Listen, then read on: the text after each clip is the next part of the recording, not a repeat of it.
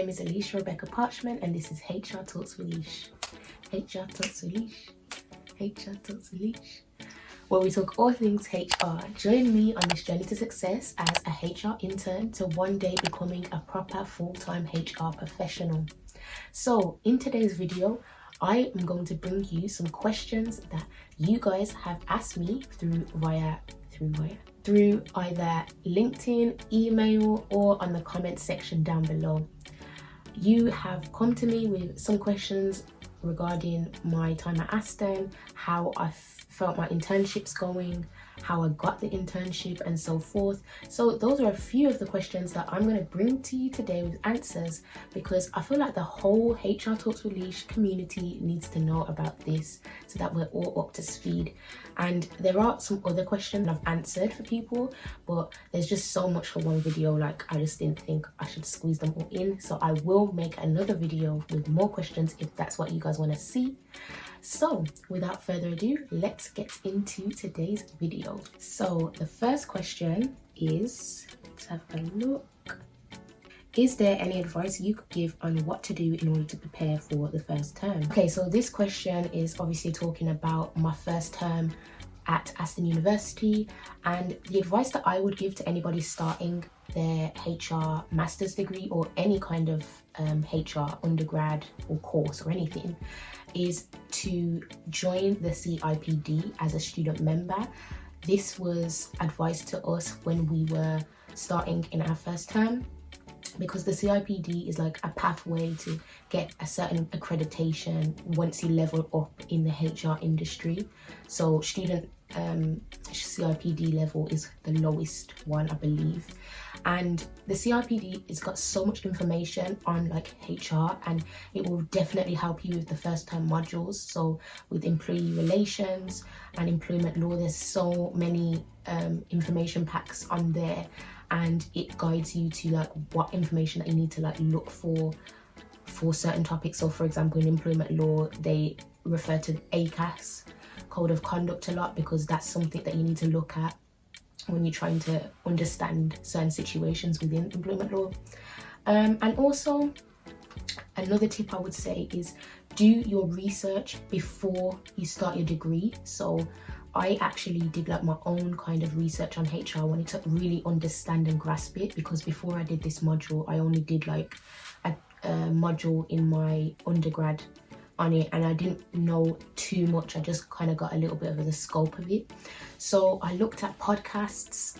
Some podcasts that I'd recommend are the HR Uprising and also the CIPD podcast. I did make a video on this, so please go and check that out after this video if you want to know more about like my top favorite ones that I listen to and so forth. I also went away and read articles on certain influential leaders who are high up in HR at the moment. I explored people's LinkedIn profiles, so I followed especially a lot of people that I heard on the HR Uprising podcast. I would follow them on LinkedIn and just see what they're up to, what they're doing. It would be on my feed, so that really helped me to get an insight as well. Oh my guys, basically I bought one of those, you know, those air fresheners that pump out scents just every like half an hour. I bought one of those today, and it just sprayed out and I got so scared. Wow. Okay. Also guys, what I'd recommend you do is when you get access to Aston Blackboard, the first thing I'd recommend is to make sure you note down all of your deadlines, because for me personally, all my deadlines were in 1 week, and memories, bring back memories. Yeah, they were all in 1 week, and it was a lot. And I do think that I should have scheduled to maybe start some of the work beforehand, like as soon as I knew the question and as soon as I understood like what I needed to write about. Because one of them, if you go to my part 1 video on what I studied in my Aston uni degree, that shows you that there's like a SEAM exam, so you could actually prepare for that way beforehand when you get the questions. So there's different tasks, different tips and things that you could do to get yourself a head start, and I would definitely have a head start in this, because it gets tough, because obviously you've got your coursework and then you've also got your exams as well to do. I don't know how it's going to work now because we're in quarantine and we're in this pandemic, so I don't know how the exams are going to be run, but still guys, I would get ahead while you can. I would also say that you should definitely try, and if you're looking for an internship placement or a grad job or something, I would apply as soon as possible, because even in this time right now with the pandemic, there are still opportunities out there, guys. I really want to stress that, because sometimes I feel like when we're looking into this pandemic, people think, oh, there's not really too many opportunities because like there's no, like unemployment is higher and all this kind of stuff. But guys, please see past that. There's still so many opportunities. If you keep telling yourself there's a lot of opportunities, they will pop up, I'm telling you. So start searching as soon as you can. Look on LinkedIn, Indeed. I think there's your careers advisor will be sending you emails out regardless of some virtual opportunities that you can take. I'm saying to you, keep applying, but start applying early. Start applying even before, if you know you want to go into HR, it's something you want to do, start applying even before you start your course. But when you start your course, utilize all the resources available to you and just go for it. Apply. Okay, so the second question that I have put down is, what is the HR course like at Aston? Okay guys, so what is the HR course like at Aston? I'm going to give you a very honest review on the HR course at Aston. Now, I'm not going to lie, the course, overall, I feel like it was a really good experience, because for me personally, and I'm going to say me personally because other people may have different opinions, but for me personally, I feel like I learned a lot from it. And I say that because in the internship that I'm in now, there's a lot of skills that I learned, a lot of research that I did myself, and also stuff that the lecturers told me that I can see in my job, like I can understand how it works. So in that sense, I think that the course is really good and it's beneficial. When I started my course in Aston, the first thing for me that I was a bit like, okay, I don't understand what is happening here, is the building. Now you'd think, oh, what do you mean, Alicia? There's bound to be signs everywhere showing you where to go. Are you dumb? No. And people at Aston can vouch for this one. If you're watching and you've gone to Aston, you can vouch for it. I couldn't find my way around the building. I didn't know where I was going. Even the signs couldn't help me. The system was messed. And to the last day I was in that building, I still couldn't find my way around the building properly.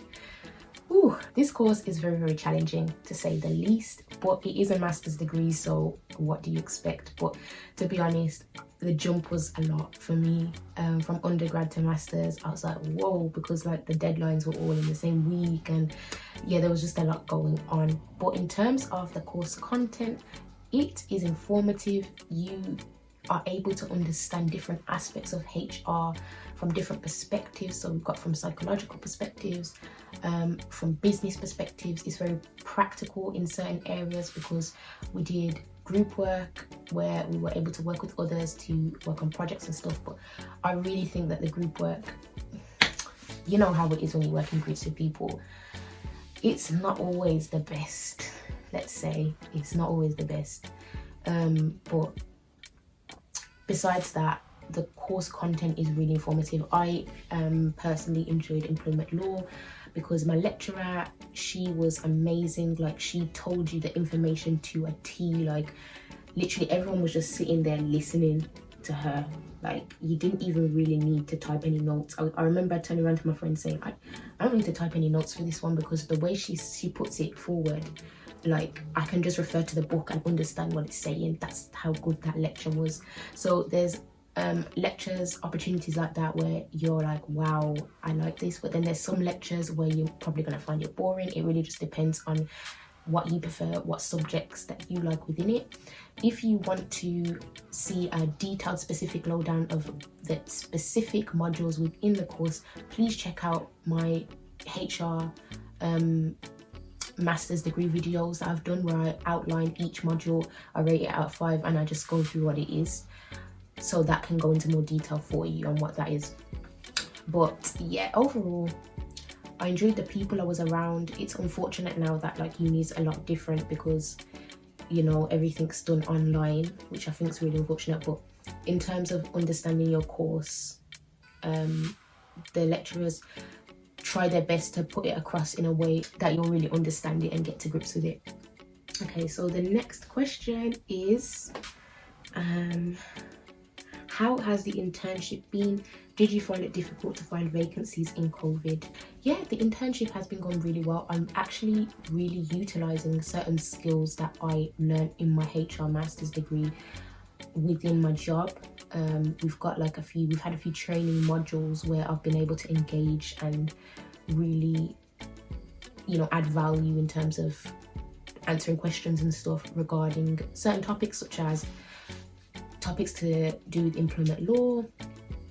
And I've been able to utilize my YouTube skills as well, my editing skills. I've created videos for the company, which has been seen by various different employees in various different countries. So for me, it was amazing to see my work being displayed in certain video calls and conferences and so forth. I also was able to work on a video which the HR director has used to put forward in a meeting with some executives, talking about leadership week that we basically had. So I was able to put together a summary of that. So yeah, it's been really fun because I've also been able to use like my YouTube skills and my editing, which I never, like, I taught that all to myself. Like, so the fact that they think I'm an expert on this kind of stuff it's nice to know that they're utilizing my skills in that way. But also I'm responsible for the onboarding processes at the moment in the company. So I'm drawing up all the paperwork for that and sending it out, making sure that they feel welcome when they come into the company. I'm working on different administrative tasks as well as major projects that are happening within my company at the moment. So it's been amazing so far, amazing. But I think I'm going to do a video, like an in-depth video on my internship and how it's all been going and stuff, so you guys can have a better insight into that. In terms of finding the internship within COVID, let me tell you, it was a very, very difficult process. But one thing about me is I do not give up. I never ever ever give up. That's something that started to process in my mind this year, to be honest, because if you was to say to me this time last year, you know, Alicia, just keep trying, I'd be like, nah, if just no one wants me, what's the point? That's how I used to think. But no, things have changed this year and I have kept on pushing. Like, I applied to so many HR grad schemes, HR internships, and I never heard back from anybody. But in the month of, I think it was June, I applied to a vacancy for a HR placement. This HR placement was not paid, by the way, but I was actually ready to do it. I don't care what anybody tells me. People would say to me, oh, Alicia, but you're like qualified now to master's level, why are you taking an unpaid position? I said, I don't care, I want the experience, because that's how eager I am to get into the HR space. But when I applied to that and I was ready with that one, I was like, if I get this one, I'm fine. I'll just still work at my other job and we'll keep it stepping. It could turn into a paid opportunity one day. I got another email from this company that I applied to back in March. Remember, we're in June now. At the time when I was getting these emails, back in March, I applied to this HR intern position that I'm in right now currently, right? They got back to me in June. And this one was a paid opportunity. I was like, ooh, okay, let's see if I can get this one. So I went through the process for both of them. I went through the interviews, they were very close together. One of the interviews, so for the one that was unpaid, I actually got that position. They offered it to me, but I declined it. These times I did not know if I had the paid HR internship, so the one I'm currently in. I didn't know if I had it. I'd been through the interview process. It was looking good, but I did not know if I had it. So I put so much faith into the fact that I wanted to get that job. I put so much faith into it. I just rejected the other one. Turned out that I did get the paid one as well. Here I am today, HR intern. But I'm telling you, that process was all down to faith. It was down to perseverance. It was down to trusting that one day someone will get back to me, even though I was applying and I was failing. So it was a very hard experience. But my advice to anybody out there who's trying to find an internship in these hard times right now is just keep applying, reach out in creative ways, go on LinkedIn, pop up to that employer that you're seeing on your feed that you think I could be a good fit in that company. DM them and say, you know, I feel like I haven't got that much experience maybe, but I really do feel like I could add value to your company in this way, that way. Companies right now have problems. They want someone in there to solve it. So if you can do your background research and understand the company, you're good. You are good. So yeah, guys, I'm really passionate about this. Like, I'm really passionate. I'm actually doing an event with Aston University so when I put this up, it's probably going to be, it'll probably be over by the time I put this up. But yeah, I'm doing an event at Aston and talking about motivating people through tough times and stuff. So yeah, I'm gonna mention all this stuff, guys. Maybe there might be another opportunity for me to do it again if you miss it and you really wanted to, but I think it's gonna get recorded, so if you are at Aston, you'll be able to look at it. Okay, so the final question is, how was it writing the dissertation and changing your process? So basically, with my dissertation, well, it wasn't really a dissertation, it was a systematic review. What happened was, in March, COVID hit, boom, bang, bong, disrupted a lot of things. So I was actually in the process of planning how I was gonna tackle my dissertation with my supervisor, and me and him were speaking, and he was like, Alicia, it looks like everything's gonna go virtual at some point, and we are gonna be, you know, locked down and stuff, so you might not be able to do the dissertation in the same way you wanted to, because I was actually looking for a company where I would be able to interview some HR managers and get their advice on certain things, get their opinions on things, so I could then use that as my primary data to conduct my dissertation, but that didn't happen. So instead, my supervisor said that for my topic that I wanted to do, it would probably be best to do a systematic review, because at the time, COVID just about like happened. So I was thinking, how am I going to get my data in the way I wanted to, so it was better for me to do a different method. A systematic review is a review of the literature, and this review of the literature is a little bit like a literature review, but instead you're actually writing an intro, you're collecting the data based on going through a database system, and you're selecting hundreds and hundreds of reviews and hundreds of papers, and I have to pick a certain amount, but in a systematic kind of structure, so that it's a lot more accurate than a literature review and so forth.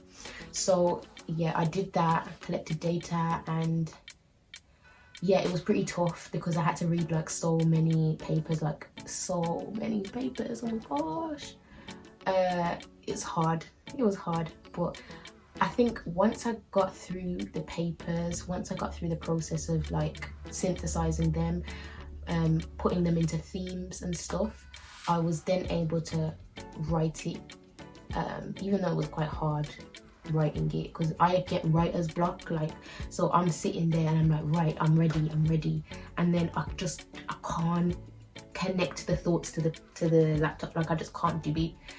It takes me a while, so it did take me quite a while to write the the systematic review, but once I got into it, once I got the hang of it, it was great because I did enjoy the topic that I was doing. So my question was regarding HR professionals and their impact in the CSR agenda, and yeah, it was a interesting topic, very interesting topic, and I was happy with the recommendations I came up with, because I feel like my recommendations were quite unique and I was bringing something different to the table. So hopefully, fingers crossed, that will allow me to get a really good grade in it. Haven't found out yet, but can't wait to. But yeah, it was the transition process, even though it was from like my original dissertation thoughts to systematic review, even though it was a bit like, oh, I don't know, I've never done a systematic review before, I don't know how this is going to go. It was quite a smooth process because my supervisor was very, very helpful. He even did a session with me and someone else on my course on how to write a systematic review, what we needed to include, so he didn't just leave me in the lurch. So in that sense, it was really, really good. So guys, that is the end of this video. Thank you so much for watching. I hope that you get some takeaways from this.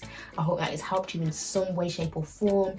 And as I said before, I will probably do another video with question and answers, because I do think it's beneficial for everybody in the HR Talks with Lish community to be able to understand these certain questions and get ideas from it, because it's great for us to all share resources. So yes, thank you so much for watching, and I will see you in my next video.